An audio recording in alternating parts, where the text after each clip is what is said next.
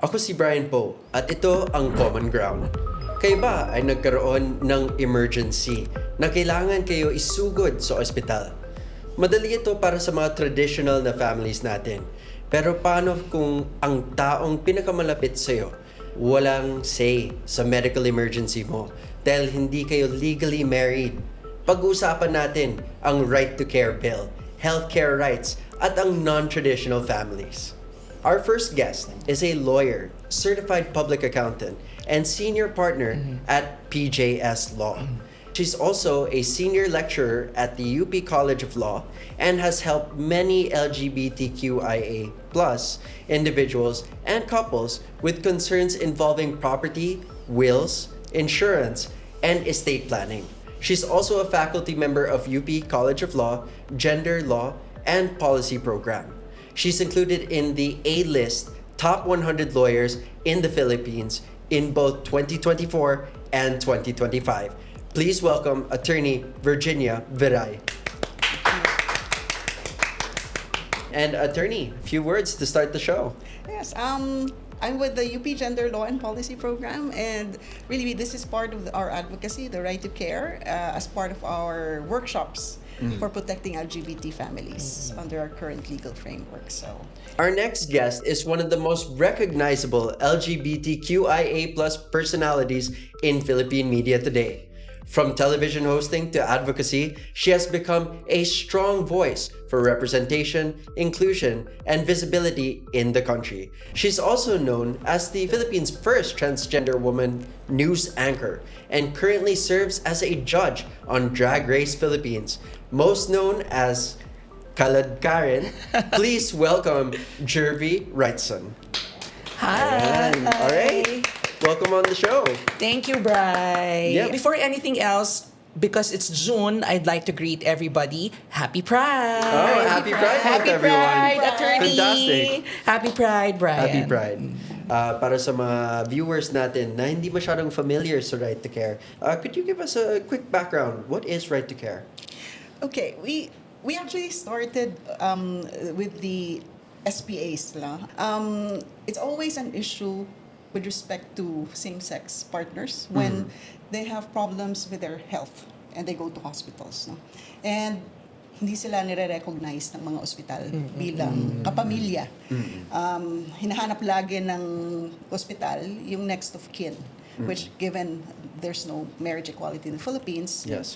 hindi kasal, no? So hindi next of kin. That's always a problem.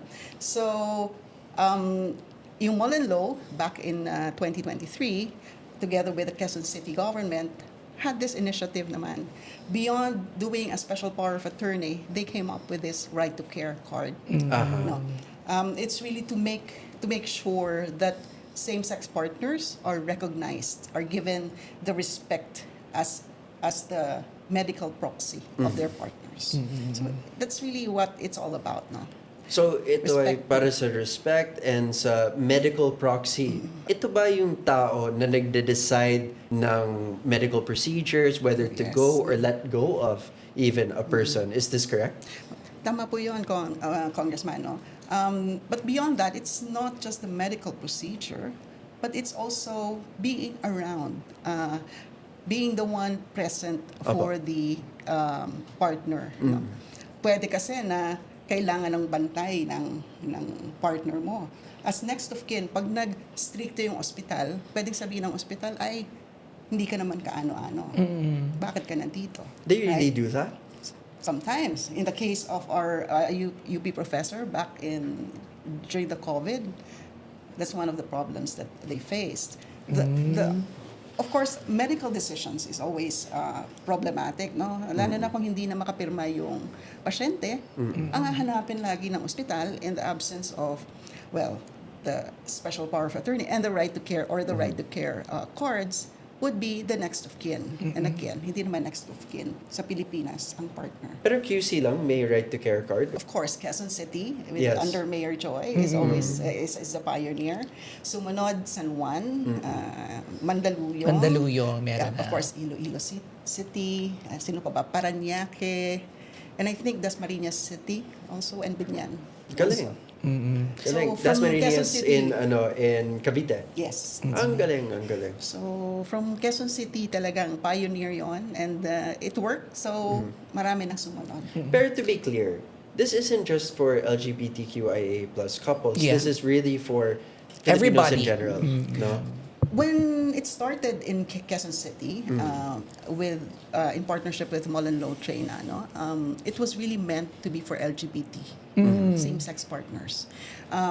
It took off from issues that arose in relation to LGBTs.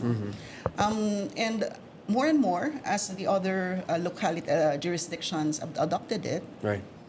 medyo ina-expand na nila to other alternative types of families, not just same-sex couples. Nakakatuwa. Actually, nung first time kong narinig tong right to care card ng Quezon City, ang nasabi ko parang, oh my God, Quezon City did it again. Kasi 2014 pa, meron ng gender fair ordinance ang Quezon City. And it's meant to protect the members of the LGBTQIA plus community against discrimination with regard to their SOGI-SC.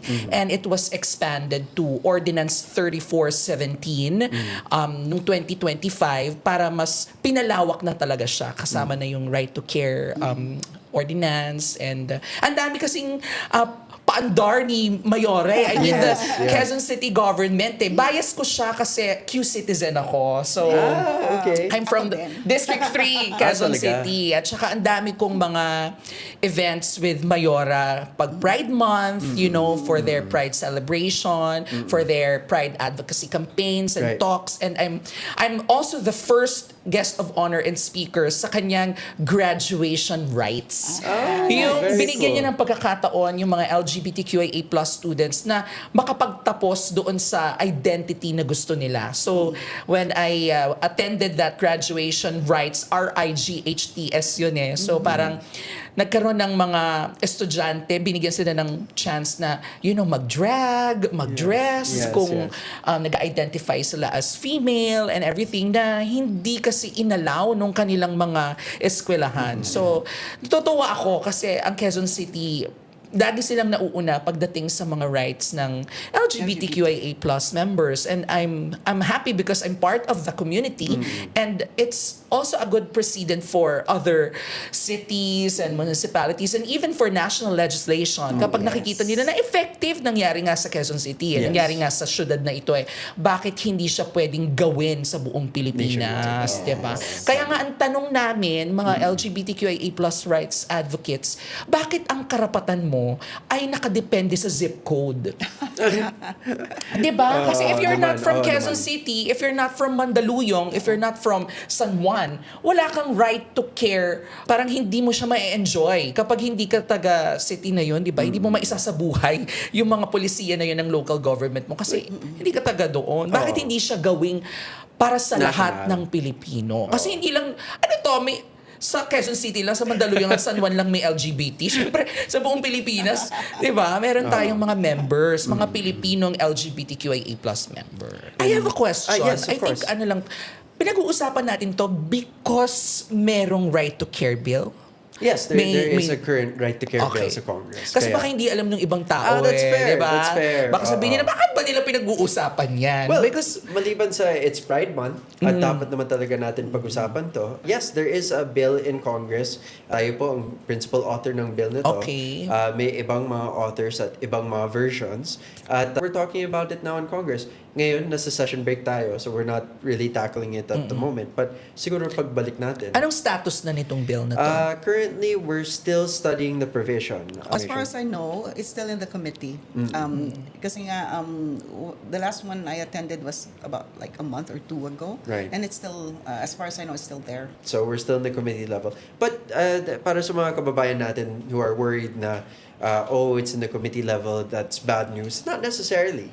Since it's still in the committee level, ito yung oportunidad para sa mga iba't ibang grupo to come forward and say kung ano yung kailangan nila dagdagan sa bill or tanggalin sa bill if they feel na the bill is overreaching. Well, medyo complicated kasi yung status ko in the Philippines because my husband is a British national.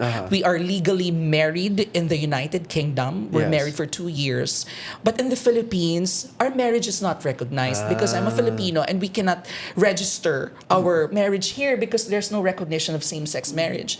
So, single ako dito. So, problema ko rin yan. Just in case magkaroon ako ng medical emergency, my parents live in Bulacan. So, they don't live in NCR. Medyo malayo sa amin. So, paano kung isugod ako sa ospital? Sino ang taong pwedeng makausap ng ospital bukod sa aking next of kin? Kasi my sister is abroad. My brother is the youngest. So, may nagtatrabaho din siya.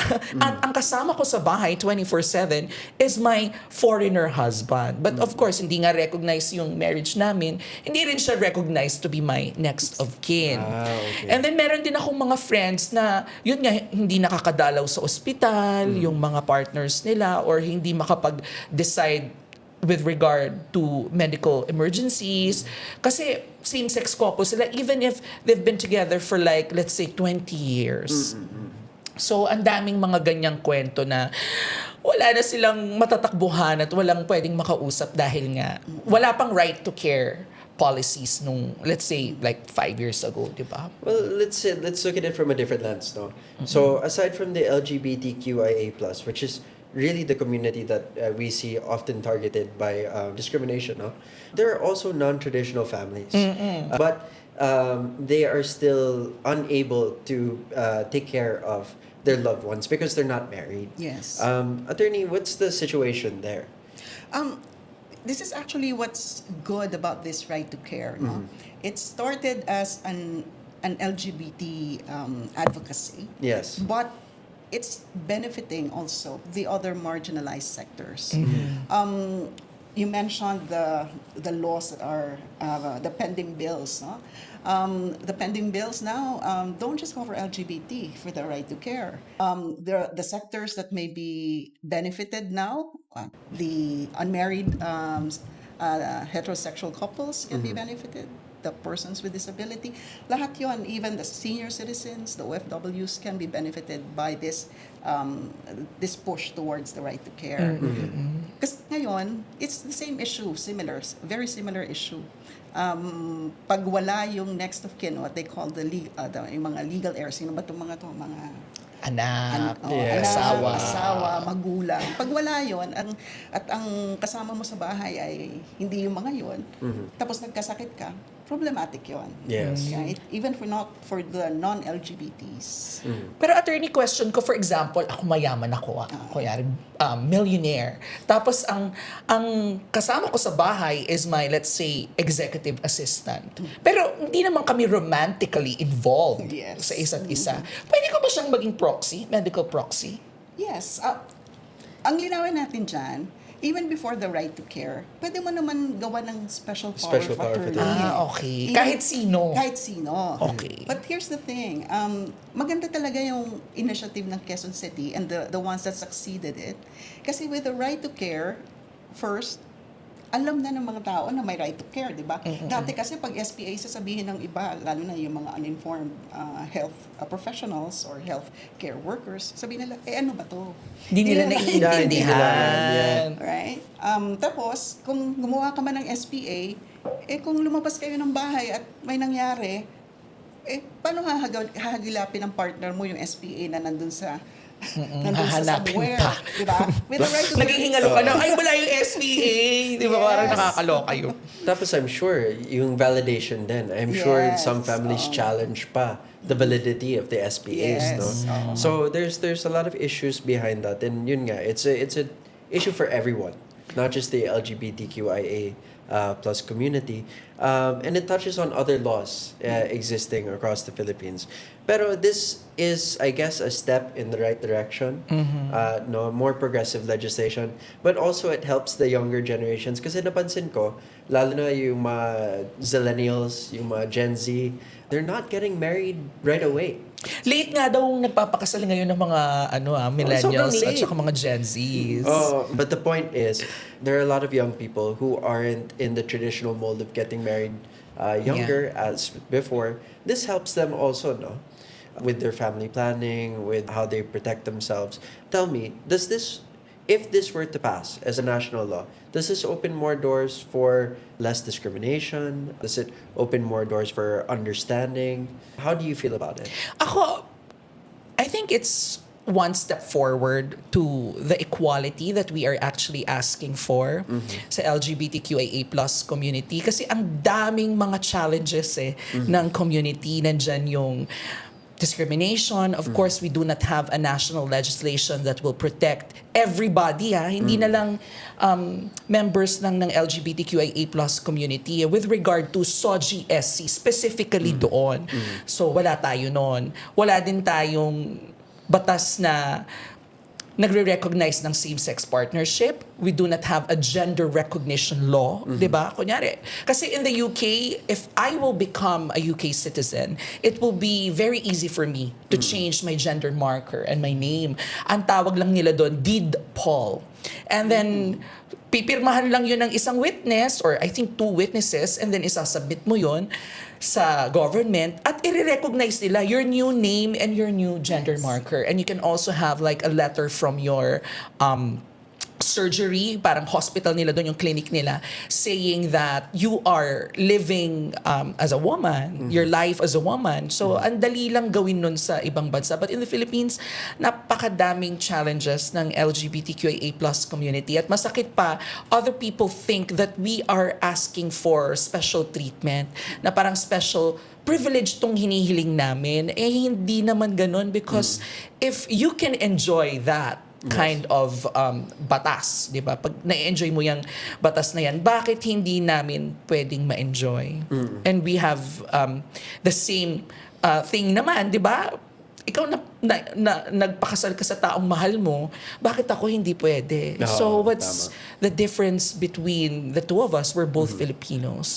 So I think, but with that, kung magiging national law yung right to care, I think maraming matutulungan yan. At hindi lang siya specifically for LGBTQIA+ members. So I think we are going to the right direction. So, na-mention nyo dati na iba-iba yung municipalities and provinces that have this right to care policy. Sa lahat ng meron na right to care policy, sino yung may pinakamagandang sistema for right to care? Kasi na-experience ko lang QC So, QC lang ang masasabi ko na okay kasi accessible. Sige, tell us, how does it work sa QC system? Actually, to be honest with you, nagtanong ako kung paano magkaroon ng right to care card in Okay. Quezon City. And yung person na napagtanungan ko, ang sinabi sa akin, meron pa palang seminar yan. May seminar. With lawyers, 'di ba? Na parang i-explain sa inyo kung paano ito magwo-work, kung paano nyo i-undergo yung process. Kasi nga, legalities ito So parang both parties should be agreeing. Kasi kahit naman gawin kitang proxy kung ayaw mo. Diba? Yes, of course. So siyempre dapat both parties mag-agree. So hindi pala siya instant na pag Yes. sinabi ko, pumunta ako ng Quezon City Hall na mag-apply ako ng right to care card. Hindi pala instantly pwedeng ibigay siya sa'yo kasi may seminar pa siya. Yes. Pero marami na akong kakilala na meron na merong right to care card na isagawa nila ng maayos yung seminar at nakakuha nga sila ng card na yon. So I think okay ang Quezon City when Okay it comes to naman. implementation of that ordinance. So And Is a that lot of- similar sa mga ibang A provinces lot and of the cities? other jurisdictions, local governments, adopted or patterned it after QC. After no? QC. But I think some of them expanded it to beyond LGBT. Kasi, as I mentioned nga, LGBT talaga yung nag-push ng ordinance sa QC. So it's focused on same-sex couples na on partners. But the other jurisdictions started expanding that already to other forms of family. Okay, this is important. 2 things, insurance and PhilHealth. So insurance and PhilHealth, is this affected by right to care? It's not, unfortunately. ganon. That's the issue now. When you talk about insurance, if you're talking about HMOs, is that what you're referring to? Or even life It's- insurance? The life insurance, that's an interesting thing there, but it's not exactly Connected. with right to care. Pero back in 2020, as a result also of our workshops in UP, in GLPP, that was raised as an issue, no, yung mga LGBTs. pag kukuha sila ng life insurance sa sarili nilang buhay, and they want to designate their partner as Beneficiary. ayaw silang payagan ng insurance company. Sabi, kasi wala naman siyang insurable interest sa iyo eh. Diba? And then, so we clarify that with the Insurance Commission, UP, no? To Ang sabi? ang sabi ng Insurance Commission, they confirmed that position na pag ako kukuha ng life insurance sa sarili ko, sa buhay ko, I have the insurable interest on my life, and I'm free to actually designate whoever I want as beneficiary. Basta hindi lang isa sa mga bawal. Sino yung bawal? Those guilty of adultery and concubinage. So hindi mo pwedeng ilagay na beneficiary yung ganon. Or kaya mo siya nilalagay na beneficiary because of corruption. Certain people na bawal, but generally we're free to designate who our beneficiaries Tama, kasi are. buhay mo yun, tsaka pera mo yun, di ba? Exactly. Kung gusto ko nga ibigay yan sa fur baby ko, ibibigay ko sa Pwede, fur diba? baby ko. Ang bawal lang, kasi hindi nga kasal, ako, dun sa partner ko, hindi ko pwedeng i-insure yung buhay ng partner ko na ako ang beneficiary. Yung mag-asawa, pwede nilang gawin yun. Kaya nga, ano pinagkaiba nun? Kasi nga hindi recognized. Hindi nga recognized. But so you're saying, basically, kahit magkaroon tayo ng right to care bill, pumasa ito, magiging batas to, hindi naman maapektuhan yung standing ng partner mo pagdating sa insurance. Sa insurance, wala Okay. naman. Sa PhilHealth naman. PhilHealth, well, unfortunately, PhilHealth, even GSIS, SSS, Yes. we have no standing. Wala pa rin. Yung same-sex partners, they're strangers. So, walang benefit. They can't be designated beneficiary. So, walang survivorship benefit. Yung mga partners, So wala. this isn't covered sa right to care, but it would technically be covered in the SOGI bill, no? Depending on the version. Depending on the provision. Hopefully. Bakit hindi pa po natin isama? Kasi para isahang ano na lang, Sa right to pagbasa, oo, sa right to care. Iba kasi yung provision on pension and survivorship versus Proxy, medical proxy. Although right now, they're looking at possibly PhilHealth, changing the provisions of PhilHealth para pwede mong ilagay doon sino yung designated proxy mo. Ano yung standard sa ibang bansa? Nire-recognize na ba nila yung mga partners na hindi naman married partners or etc.? Yes, in fact, yes. In Okay. fact, there have been cases brought before the UN Human Rights Committee questioning kasi pag hindi sila binibigyan ng rights to pension because under the international law, basic human right yung Social Security. So pag hindi sila ni-recognize ng country, there's been some cases brought before the UN HRC. And napagbigyan. May ruling May naman. ruling naman. Jervy, personal question. Yes. How does it feel na alam mo may mga batas sa ibang bansa that protect your rights, but here in your own home country, parang wala? Of course, it's disheartening for a Filipino. Kasi bukod naman sa pagiging LGBTQIA+ member ko, I'm a Filipino and I should enjoy and be protected by rights as Filipino. Kasi nagbabayad din naman ako ng buwis katulad ninyo. I'm also a contributing member of the society. Then, bakit wala akong batas na nagpoprotekta sa akin bilang member ng LGBTQIA+ community bilang Pilipino? So, yun nga, parang simple lang yung recognition lang nung kasal namin nung husband ko. Hindi ko pa-register in the Philippines or hindi siya recognized. So, bilang Pilipino, you feel like you're being shortchanged by your own country. Para sa'yo, bakit mahalaga na you get the ability to choose who has right to care for you? It's very important because my life, my rules, and alam ko kung sino ang mga tao talaga na nag-care sa akin. So, why can't I choose that, 'di ba? Bakit hindi ko italaga yung taong feeling ko talaga ay buong pusong nag-care sa akin. So I think it's important, 'di ba? Kahit sino ka pa, basta Filipino ka, I hope meron tayong batas na gano'n na makapili ng tao who will protect us and who will care for us when it comes to medical emergencies. Legally speaking, kasi especially pag nawala ka ng malay, you have no consciousness na not necessarily the next of kin would know you best. Yes. Right? Tsaka paano kapag hindi pala kayo okay, for example, din, estranged parents, or That's true. ano ka na, nag-stow away ka na nung bata ka, hindi mo kilala yung mga kapatid mo. So who's gonna do it for you, attorney? Without the right to care law or the ordinance, kailangan mo gumawa ng SPA, right? And to make sure that you have that in place. Otherwise, baka hindi recognize yung pinili mo. It's really a question of personal autonomy, di ba? Parang hindi, yung personal autonomy kasi hindi lang sa ako yung magdedesisyon tungkol sa sarili kong medical care, but kasama din doon yung pwede akong pumili kung sino ang gusto ko. Hindi kung sino yung nakalista doon sa rules ng PMA or ano.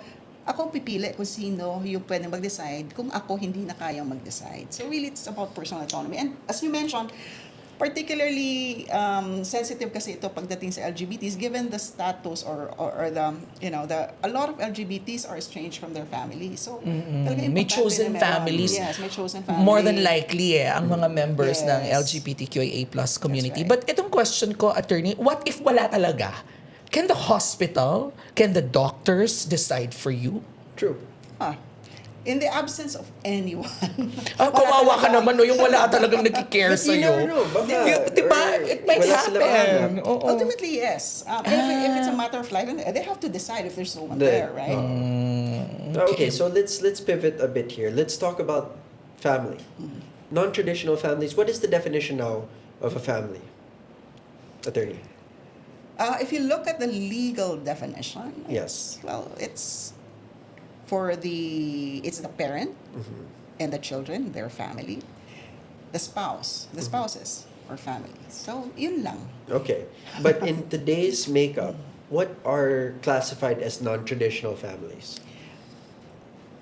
Chosen families are non-traditional families, meaning what? It doesn't even have to be, persons don't have to be related by blood, right? Partners, same-sex partners or family, even if they're not married. Solo parents, of course, that's considered family even under the family code. But particular to the LGBTs, the children who are non-biological and non-adopted children, pinapalaki na namin yung, let's say, yung anak namin na biological ng isang partner. Right? As far as I'm concerned, anak ko yan. But as far as the law is concerned, kahit na pinalaki ko na yan for 17, 18 years, from baby hanggang 18, stranger yan pagdating sa Batas. So, paano yan? For example, let's say you have two adoptive parents and then you have this child, newly adopted, etc. But paperwork ongoing, something happens to the child, who gets to decide? Here's the thing, there's no joint adoption in the Philippines except if the couple is married. They're only for married couples. So heterosexual couples lang ang pwedeng magpakasal. So sila lang ang pwedeng mag-joint adoption. So yung same-sex couple, although there's no prohibition about LGBTs adopting, no?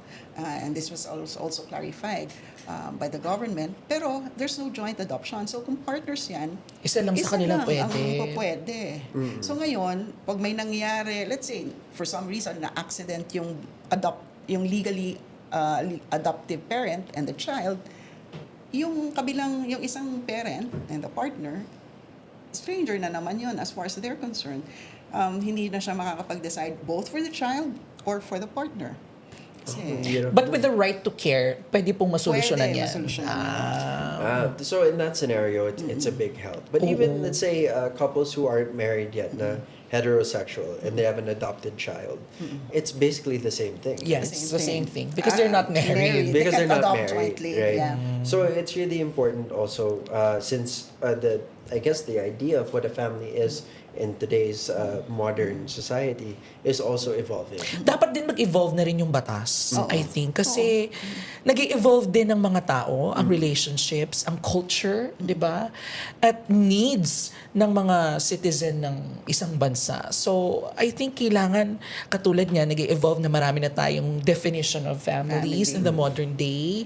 So, sana magkaroon tayo ng mga ganyang batas that will adapt to the needs needs of the citizens, diba, attorney? So, is there any story that you've heard from any of your friends na talagang tumatak sa puso mo or sa utak mo? Ako meron akong friend, a close friend of mine na both males, so same-sex partners sila for a long time. And Right. then meron silang meron silang adopted na son, pero hindi nakapangalan sa kanilang dalawa. So dun lang sa friend ko nakapangalan. So yung isang parent, stranger siya doon sa bata. Yung bata kasi siya nasa spectrum. So meron siyang special needs.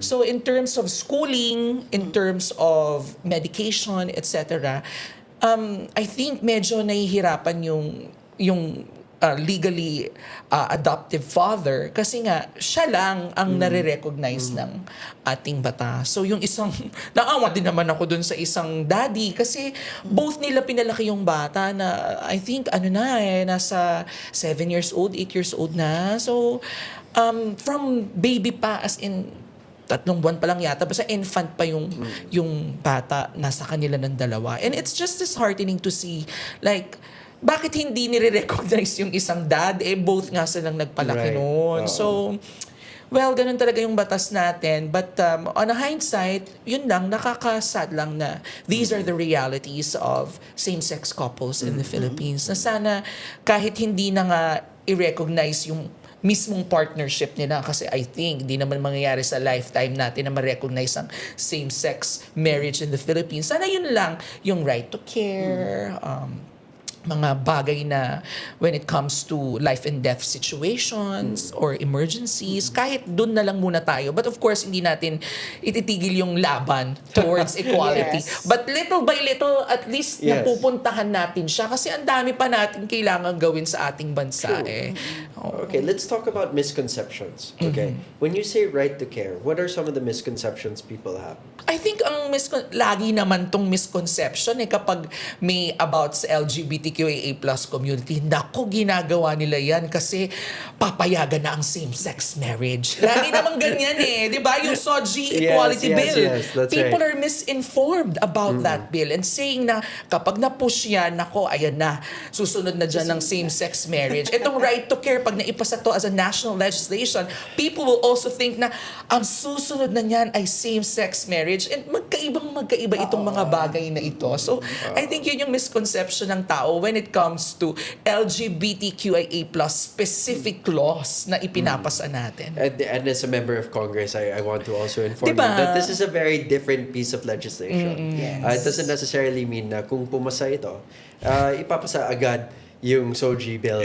No, these are Magkaiba two siya. totally different legal matters, and that's part of the reason why we have this show to Yeah, to clarify inform these things. people. Are there other misconceptions, attorney? I think one of the misconceptions is that when it comes to healthcare, yung mga kamag-anak lang ang dapat magdesisyon. Na hindi dapat ibang tao, quote-unquote, no? But really, again, it goes back to personal autonomy. Yung pag-designate ko ng kung sinong gusto kong magdesisyon para sa akin, kasama yun sa personal autonomy ko. So, hindi lang yung mga kamag-anak ko yung dapat magdesisyon para sa akin. Kamag-anak in the sense of legal or next of kin. Kundi, dapat malinaw din sa atin na kasama yun sa ating karapatan bilang tao na mag-designate kung sino gusto nating magdesisyon para sa atin. Kung hindi na tayo kaya magdesisyon para sa sarili natin. Ayan. Papagawa na nga ako ng SPA. Alam mo, natutunan ko yun, attorney. Ngayon lang. Because I talaga? really thought na kung wala kang right to care, automatic kapatid mo o kaya nanay o tatay mo, pero pwede ka palang mag-designate ng yung medical SPA. proxy So, as from para your sa next mga of kin. kababayan natin na wala dun sa 6 na cities or yung 2 provinces, please consider gumawa na kayo ng sarili niyong SPA in light of yung right to care. Para the Yes. person you want to have decision-making ability sa buhay mo, especially sa medical emergency, meron. So, attorney, I just also want to clarify for everyone on the record, this is not a disguised SOGI bill, right? Oh, no. Okay. All right. So, but I also want to ask, what are the safeguards in the right to care bill that Okay. maybe you want to highlight? Well, the first safeguard is that hindi pwedeng i-designate mo yung taong hindi pumapayag. Yun. Oo. Just the first. Nakakatawa yun, Hindi di ba? ko alam. O ikaw ang designated proxy ko. Ayoko. So there has Tama to be... naman. Tama naman. In any agency, Dapat may consent, no? yes. Kasi basically it's an agency arrangement. So the agent will have to consent, no? Yes. That's the first. A second one, hindi pwedeng basta na lang, as you mentioned, no, yung biglang dumating na lang kayo doon, kumuha kayo ng, mag-apply ako, tapos binigyan ka na ng card. Hindi ganon. So there's really A process. Kailangan ng seminar para naman alam din ng mga tao kung ano yung pinapasok nila. True. At para alam nila kung ano yung mga karapatan nila, no? Yes. Baka mamaya may right to care card ka, pero hindi mo alam kung hanggang saan ba ang decision-making ability mo. Yes. Yung mga iba, assume that may kasama ng insurance or connection to Yeah. the healthcare or insurance of the policyholder Yes. na hindi naman talaga. So, the seminar is important. Yes, para Mga din- kababayan, don't skip your yeah. seminars. I'm sure hindi ka bibigyan hanggat hindi ka umattend ng seminar. Kasi ako nga tinanong ko, di ba? Ay, magsa-seminar muna kayo. Sabi sa Dapat- akin. dapat Tama lang. naman. Oo, kasi hindi ko alam yung ins and outs nung right to care card na yan. At least mas na-explain ng maayos. Yes. Yung proxy na yon, kasi importante ito sa seminar. Kasi ito, proxy for the decision making. Kasi para malinaw din sa mga tao na hindi porket binigyan ka ng proxy na ikaw na yung proxy, ikaw na yung tagabayad. Hindi totoo.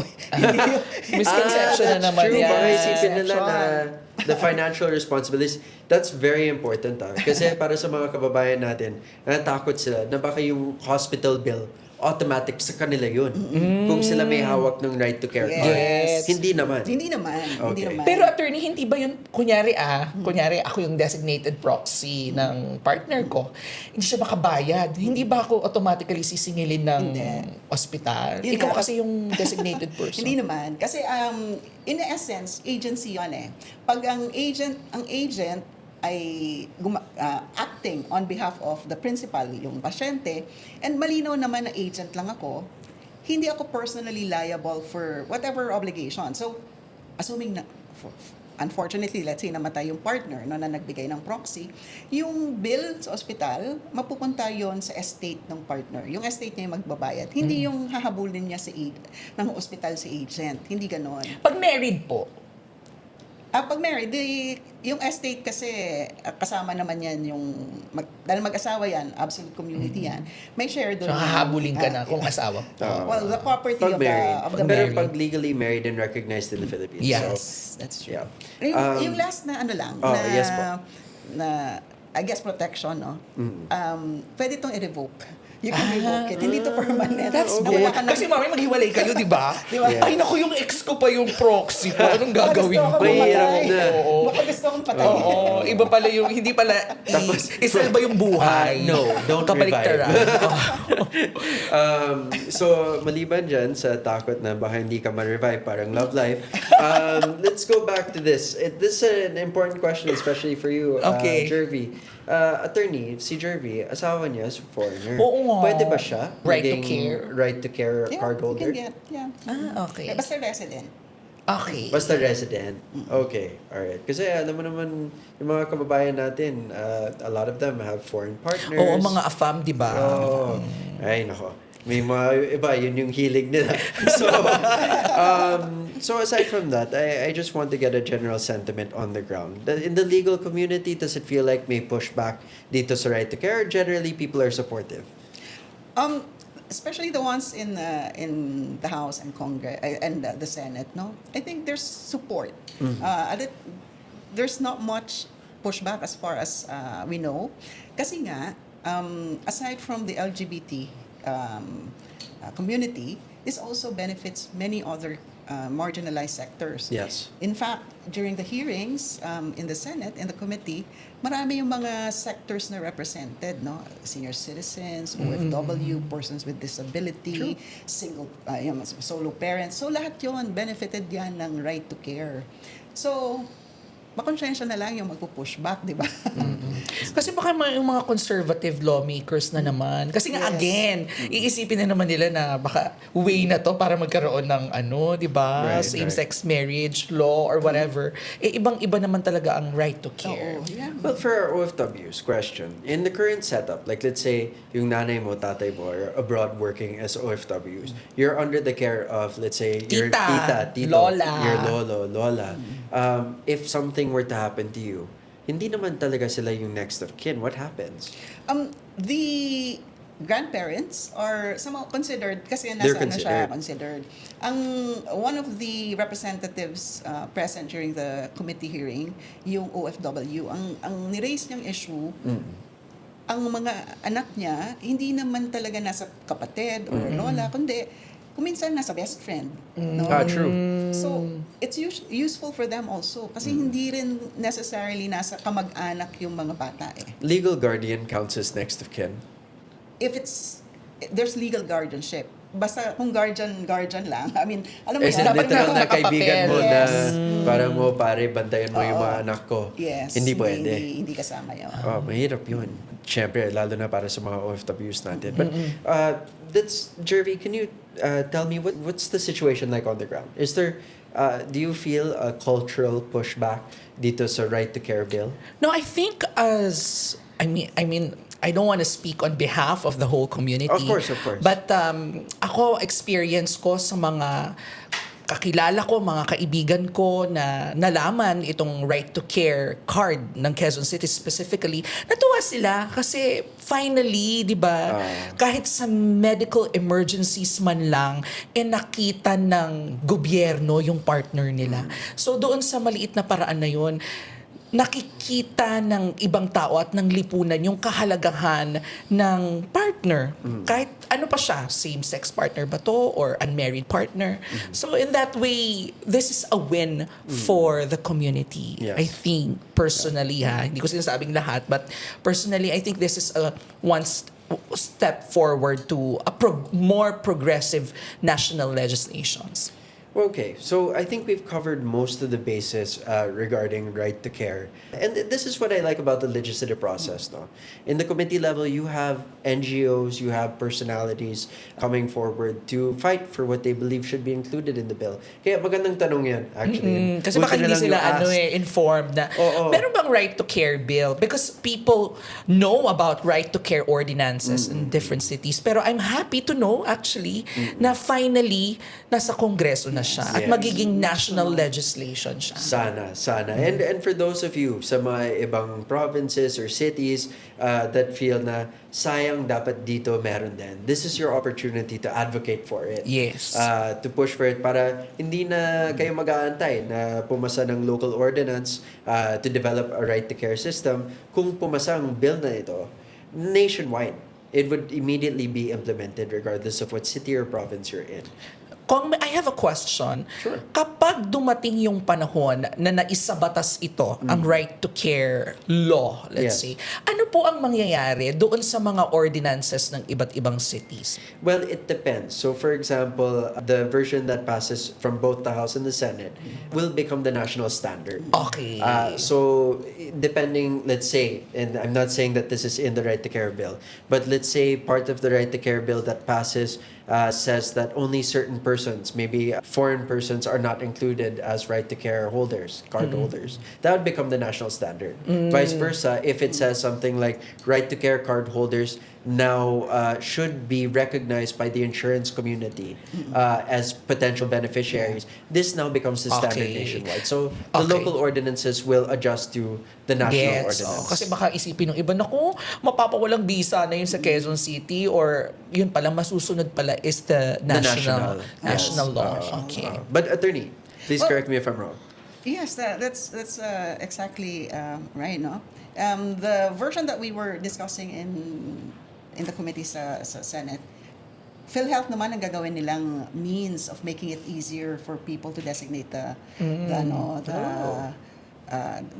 the proxy. Pwede mo nang ilagay. Sana talaga. kung sino yung gusto mong proxy. Pwede mo namang palitan, syempre naman. Well, and that's the beauty of it, no? The legislative process, when you look at it from the House, it's very localized. The experience and the wisdom that's brought to the legislation comes from the district congressmen's, their experiences, or the sectoral congressmen from their party list. From the Senate naman, it's a national perspective. Yes. So hopefully we'll be able to come up with a version that everyone appreciates. And I hope better than all of these ordinances, Yes. diba? Mas malawak, mas komprehensibo. Yeah, for me, as long as the patient is the person we're really considering here, what is best for the patient, I think that's what's important. No? Okay. Yun. So one of the things I also want to ask about is, Attorney Offcam, you were mentioning something about right to remains. Can you tell us a bit Yes. more about this? Because the agency arrangement in a proxy, is basically a special power of attorney, agency arrangement. But the thing is, when the principal passes away, terminated na yung agency. So the problem is now, who gets to take the remains and undertake the funeral arrangement? No. In the absence of any legislation, ang mananaig doon, yung legal na pamilya. No? Pwede nilang kunin yung remains and do the funeral arrangement as they want, which could be contrary to what the person wanted nung buhay pa siya. No? So sana, maisama din yun. Kasama yung sa proxy, yung sasabihin na rin, pwede na rin sabihin ng tao, anong gusto kong mangyari sa aking labi pagkatapos. But I can see how that would be contentious kasi baka mamaya yung pinili mo is the partner that your family doesn't like. Or something like that, Tapos, syempre, that partner will bury you according to the expectations that you would want, but your family is totally against it. And yes, and that's exactly the reason why it's important to have it. Kasi remember yung Die Beautiful? Di ba? Pinag-aagawan. Yeah, okay. And right now, legally, it's the next of kin who has the right to the remains. See, that's an applicable pop culture reference. Just saying. So anyway, let's move forward from there and let's ask, what do you feel you want the common Filipino to know about this? What special provisions or what is most important to you na dapat alam ng mga kababayan natin? Jerby? With the right to care bill. Yes, with the right to care. I think yun nga yung sinabi ni attorney kanina, that you have the right to choose for yourself. Diba?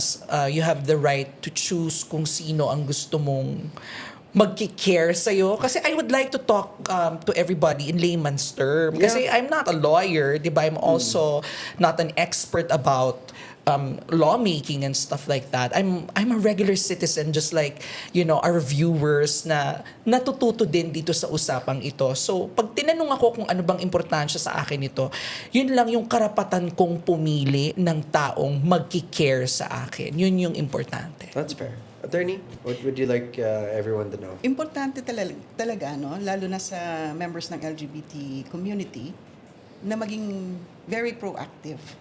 Kasi in the absence of an SPA or getting a right to care card, wala. Ang mananaig doon, yung default sa batas, sino yon? Yun nga, magulang, asawa, anak. Kung nagkataon na LGBT, walang anak, walang asawa, kung estranged ka sa pamilya, tapos hindi ka gumawa ng SPA or kumuha ng right to care card, ang mananaig na desisyon, yung sa estranged na family. So, kailangan talaga ng... and that's where the disadvantage is for the LGBTs, right? We really have to be proactive about our rights. Okay. And our care. Let's speed these things up a bit. We're gonna go into rapid fire questions. Wow. This is Tito gonna Boy! be fun. Tito Bry! I'm gonna start throwing my cue card little by little. Fast talk with Tito Fast Bry. talk. Wait, let me get my glasses. No, I'm just kidding. I hope I'm fast enough. So, attorney, we'll start with you. Are you ready? Kaya mo Attorney, yan. ikaw. This has to be fast. Don't legally think about it too much. Okay. Ready? One word to describe the Philippine healthcare system. kulang. Tama. Okay, biggest misconception about patient rights. Ayun, na kamag-anak lang ang pwedeng magdesisyon pag unconscious na yung Okay, pasyente. one healthcare policy you wish existed today. Pumasa na ang national right to care. That's a good one. What does care mean to you? For me, it's dignity, really, and autonomy. Okay, one thing hospitals should improve immediately. The bureaucracy and the education to the healthcare workers. Dapat mabilis, Mabilis. ang action. At nakakaintindi sana sila. Kasi yung SPA lang, di ba? Parang, ano to? Yun yung reaction. All right, so for rapid fire questions, Jervy, Okay. are you ready? Yes, Tito Bri. Ikaw na. Kuya Brian na lang. Kuya Bri. Kuya Bata pa Bri. ako. One word that describes the LGBTQIA plus community today. Visible. Visible. Biggest misconception about queer relationships. That it's different from everybody else's. What does chosen family mean to you? People who love you for all of who you are. Oh, that's nice. One thing you want young queer Filipinos to hear. I think I would like to remind them that their value as human beings is not determined by other people's approval. That they can be unapologetically who they are. And if they feel invisible as of the moment, wag silang mag-alala because there are a lot of people out there who will help them. That's why we have chosen families. And kung ano man yung feeling nila, dahilan kung bakit sila invisible ngayon, I think will become the very reasons why people remember their story. So they just have to show up and, take up space in the society. That's beautiful. Corona, mga kasama. So, what gives you hope today? As an LGBTQIA plus advocate, I think one of the reasons why I feel hopeful sa Pilipinas is katulad nito, we have conversations about inclusion, we are starting to embrace diversity more, Yeah. and we are actually, I'm privileged to talk to a lawmaker just like you kasi at least nasasabi namin sa iyo at naikikwento namin ang aming lived experiences at kung ano pa yung mga kailangan na maranasan namin or ma-enjoy naming batas as Filipinos. So I'm hopeful sa ating bansa but sana marami pa tayong maabutan kasi medyo mahirap ang estado ng LGBTQIA plus community and bawat maliliit na hakbang ay importante para sa amin. Well, on that note, one change you want to see in the Philippines within your lifetime? One change, I hope LGBTQIA plus members can live their life authentically and be protected by the laws of the country that they belong to and the country that they love. How about you, attorney? One thing that you want to see change in the Philippines during Suntok your sa life? buwan, pero marriage equality within Marriage my life. equality. Yay, thank you naman. Oo, attorney. All right. Well, with that, Ikaw na magsulat din. well, I did file also principally the SOGI bill Okay, in the House. thank you. With Kong Ryan and Javi Benitez. So don't worry, we're here. We hear you, and we want you to know that you're seen.